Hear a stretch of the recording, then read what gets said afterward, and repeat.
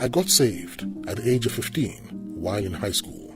We had a teacher from a missionary organization, Sudan Interior Mission, who was instrumental to my salvation. She was one Betty Lasher, who taught us Christian religious knowledge, one of the subjects offered in school. She was a very kind and lovely woman. Miss Lasher noticed that I was very active in the Bible classes, but perceived that I needed the experience of salvation.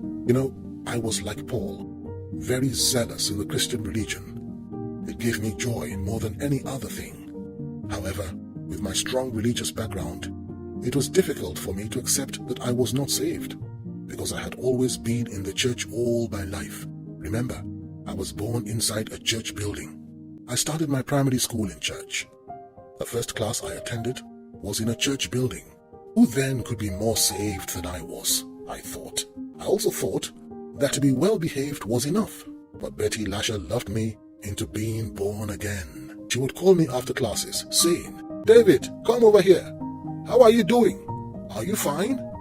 How are you finding your classes?" Cuddling me the way my grandmother always did. Then she would say, "David, you need a definite experience of salvation, right? Good works won't take you to heaven." She would give me pieces of tracts, literatures, pictures, and anything just to get my attention. Finally, with love and patience, Betty Lasher introduced me to Christ the 19th of February, 1969.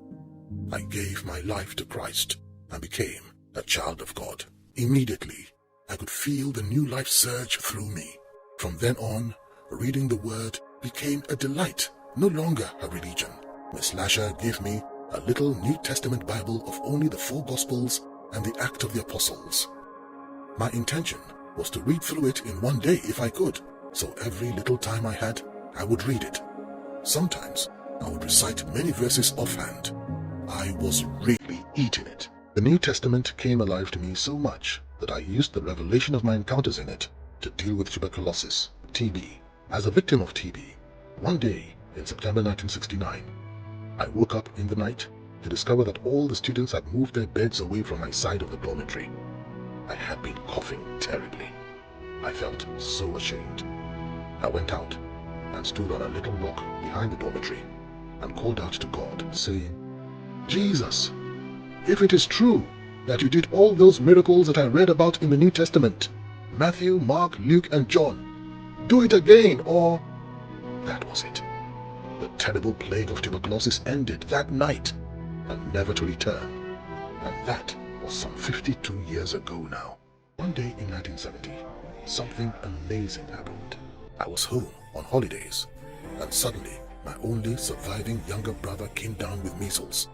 It was so serious that at dawn of the following day, he died.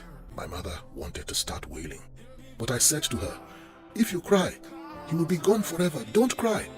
Put him on your back, and let's go to my father's building project site," which was close to our house. She put the dead 4-year-old boy on her back, and I walked closely behind her, covering her up so that passers-by that early morning wouldn't notice the dead child's dangling legs.